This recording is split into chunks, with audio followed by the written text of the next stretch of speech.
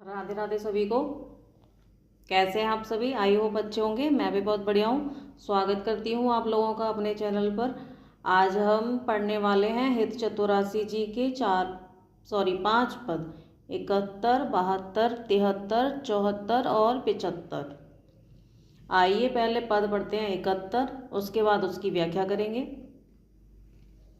श्याम संग राधिका रास मंडल बनी, बीच नंद लाल ब्रज बाल चंपक वरन, ज्यों घन तड़ित बिच कनक मरकत मनी, लेत गतिमान तत्त थेई हस्तक भेद, सारे गामा पादानी ये सप्त सुर नंदनी, नृत रस पहरिपट नील प्रगट छवि, वदन जनो जलदमय मकर की चांदनी, राग रागनी तान मान संगीत मत, थकित राकेश नव शरद की जामिनी।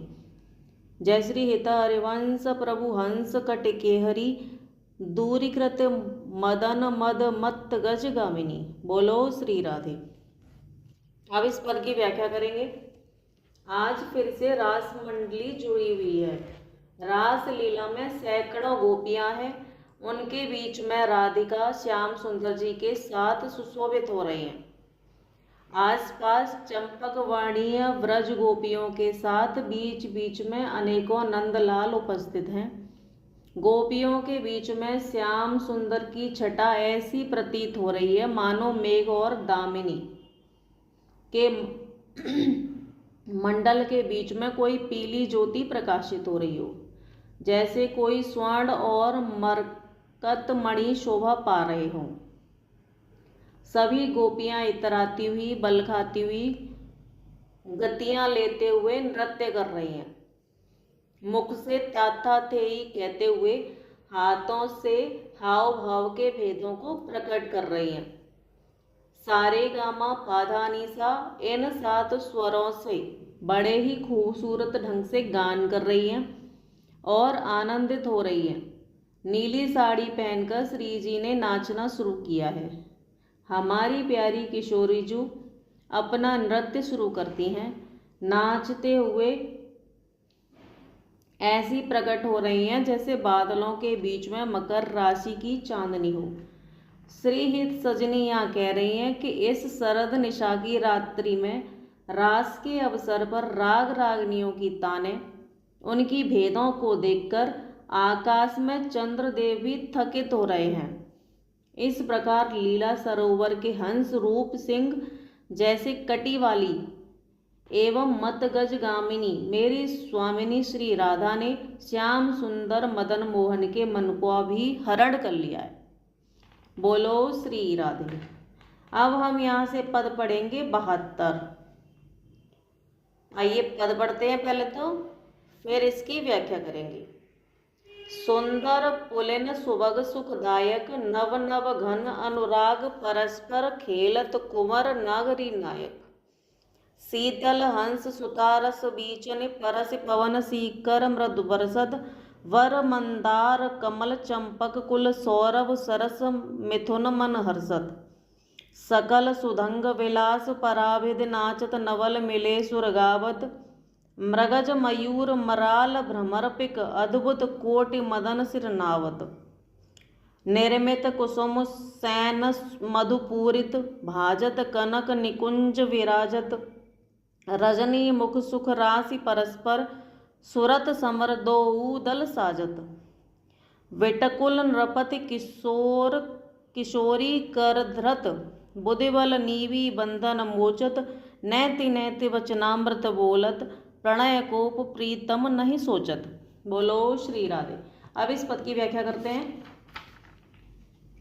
हमारे जो युगल किशोर नागरी नायक नवीन नए नए अनुराग से भरे हुए परम रमणीय और सुखदायक यमुना जी के सुंदर पुलिन पर जो है रास खेल रहे हैं। यमुना जी की रसपूर्ण शीतल लहरों को हवाएं स्पर्श कर करके कोमल कोमल जल की फुहारों की वर्षा कर रही हैं। सुंदर सुंदर पुष्प मंदार कमल चंपक आदि पुष्पों का सौरभ भी युगल किशोर के मन को भी हर्षित कर रहा है। हमारे युगल किशोर नृत्य की समस्त कलाओं में पूर्ण है। दोनों युगलवरों का नृत्य मन को हरने वाला और इसके नृत्य और हाव भाव की अंतिम सीमा है। इनके नृत्य से बढ़कर और कुछ भी नहीं है और कोई नृत्य नहीं है। वे नए नए स्वरों में गीत गा रहे हैं, मिलकर के नाच रहे हैं, जिसे देखकर वन के मृग, मोर, हंस, भौरे और कोयल और कोटि कोटि कामदेव भी लजा करके अपना सिर झुका करके खड़े हो गए, मानो सब अपने अपने गुणों की हार स्वीकार कर रहे हों। इधर निकुंज भवन में सभी सखियों ने मिलकर पुष्पों से बनी हुई एक सुंदर सैया की रचना की है और पास में मधुर मधुर फलों के रस से भरे हुए अनेकों कनक यानी घड़े रखे हुए हैं। संध्या की वेला है। सुबह की राशि नव किशोर सुरत युद्ध के लिए अपनी अपनी सेनाएं सजा रहे।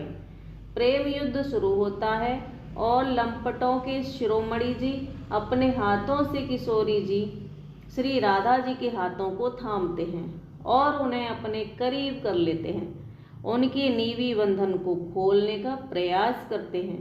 तब प्रिया जी श्री राधा नहीं नहीं ऐसे अमृत वचन बोलकर अपने मुख से मना करती हैं और शर्मा जाती हैं। प्रियतम कृष्ण से दूर होने का प्रयास करती हैं, लेकिन प्रियतम नहीं रुकते और आगे बढ़ते ही चले जाते हैं।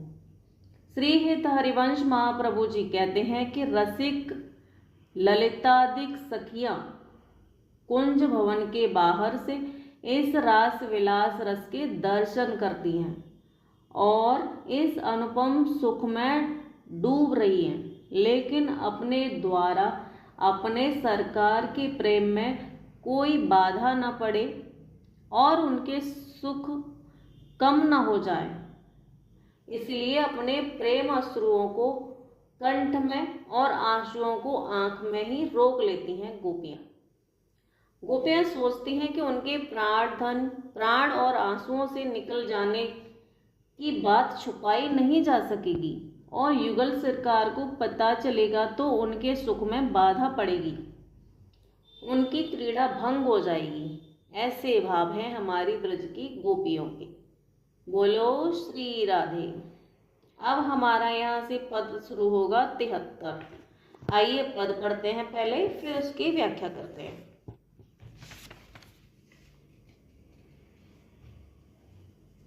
खंजन मीन मृगज मद मैटत कहा कहो नैनन की बातें, सुन सुंदरी कहाँ लौ सिखई मोहन वसीकरण की घातें। बंक निशंक चपल अनियारे अरुण श्याम सिर रचय कहाते। डरत न हरत परायो सर्वसु मृदु मधुमेव मादिक द्रग पाते। नैक प्रसन्न दृष्टि पूरन कर नहीं मोह तन चितयो प्रमादाते। जय श्री हित हरिवंश हंस कल गामनी भावै सो करहु प्रेम के नाते। बोलो श्री राधे। अब हम इस पद की व्याख्या करेंगे। इस पद में श्री हित सजनी कहती है कि हे श्री राधे, मैं तुम्हारे इन नैनों की क्या बात करूं। तुम्हारे ये नैन अपनी चंचलता से खंजन पक्षी का, तिरछी गति से मीन का और भोलेपन से मृग के छोटे बच्चे के अहंकार को चूर चूर कर रहे। हे श्री राधे, हमें भी तो बताओ जरा, हमने मोहन को अपने वश में करने के लिए कितने कितने उपाय सोच रखे हैं। अरे राधे, तुम्हारे ये नैन तिरछे हैं, सुंदर हैं, नुकीले हैं, चंचल हैं और निडर हैं। श्याम और श्वेत वर्ण युक्त तुमने इतने सुंदर नैनों को कहाँ से बनवा कर तैयार किया है। तुम्हारे ये नैन इतने रस भरे हैं कि इस मीठे रस से तुम सबके मन का हरण करती हो। तुम्हारे ये कटाक्ष नैन मीठे रस से युक्त मद के समान मादक हैं। हे प्रमोदमयी सुंदरी, तुमने आज तक कभी मेरी ओर प्रसन्नता पूर्वक कभी नहीं देखा।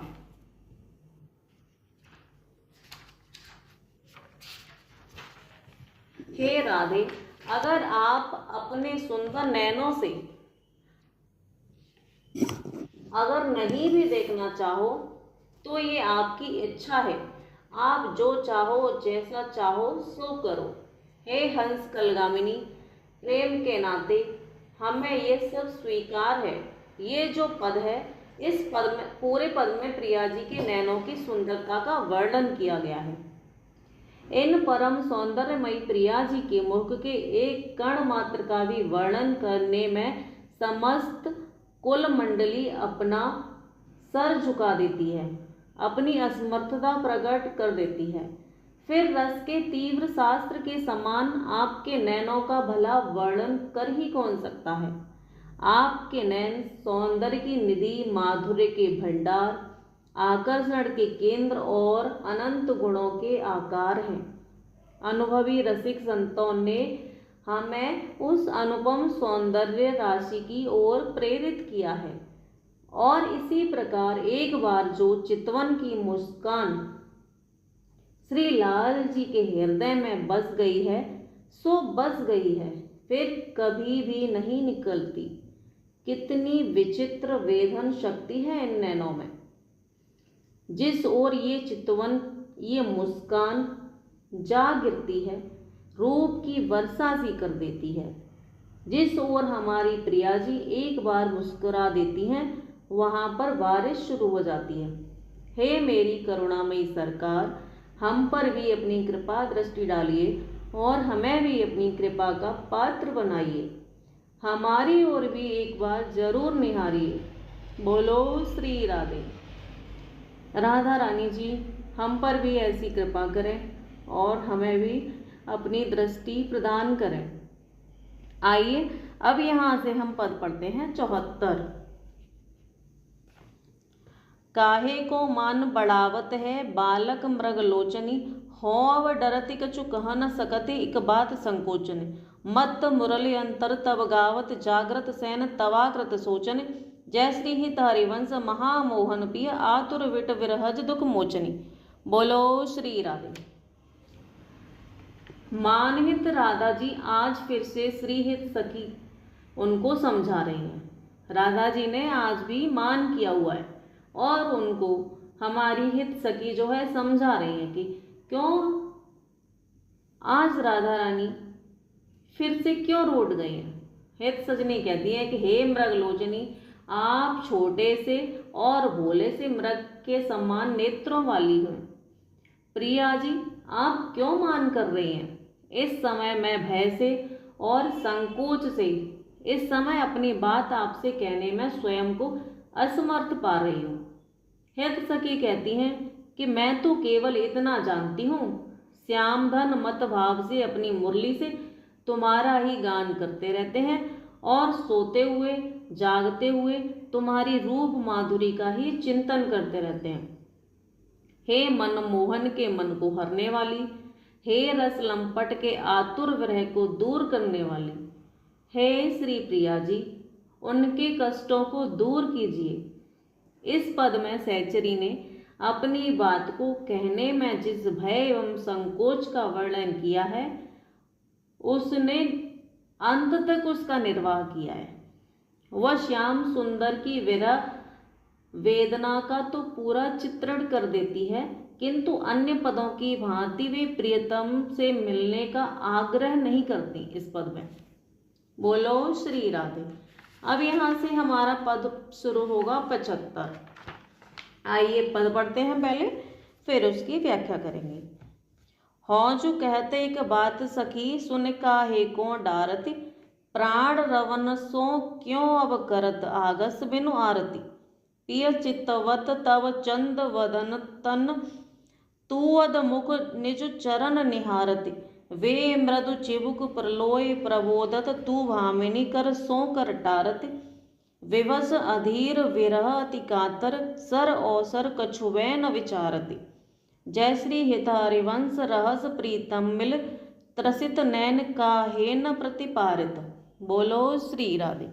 अब इस पद की व्याख्या करते हैं। इस पद में हमारी हित सजनी कहती हैं कि हे सखी, मैं तुमसे जो कुछ बात कह रही हूँ तुम उसे सुनकर भी भला क्यों टाल रही हो?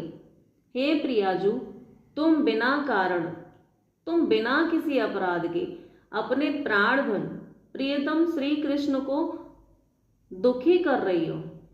क्यों उन्हें इतना कष्ट दे रही हो? प्रियतम तो एक टक तुम्हारे मुख चंद्र की ओर देखते हैं और तुम अपना मुख नीचे झुकाए हुए उनके चरणों की ओर देखती रहती हो, उनकी ओर एक बार दृष्टि तक नहीं करती। हे भामिनी, वे तो प्रेम पूर्वक आपके कोमल चिबुक, आपकी कोमल ठुड्डी को अपने कर कमल से स्पर्श करते हैं। ठुड्डी ठोड़ी जो बोलते हैं वो चिन्ह स्पर्श करते हैं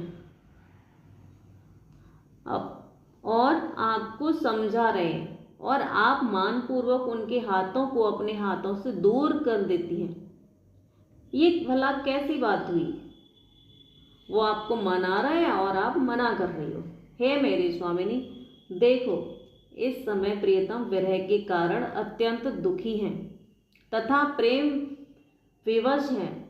तुम तो कुछ भूलती नहीं, चाहे जब अपना मन ठान बैठती हो, जब मन करता है तभी नाराज हो जाती हो, जब मन करता है तभी मान करके बैठ जाती हो और फिर मनाने से भी नहीं मानती हो।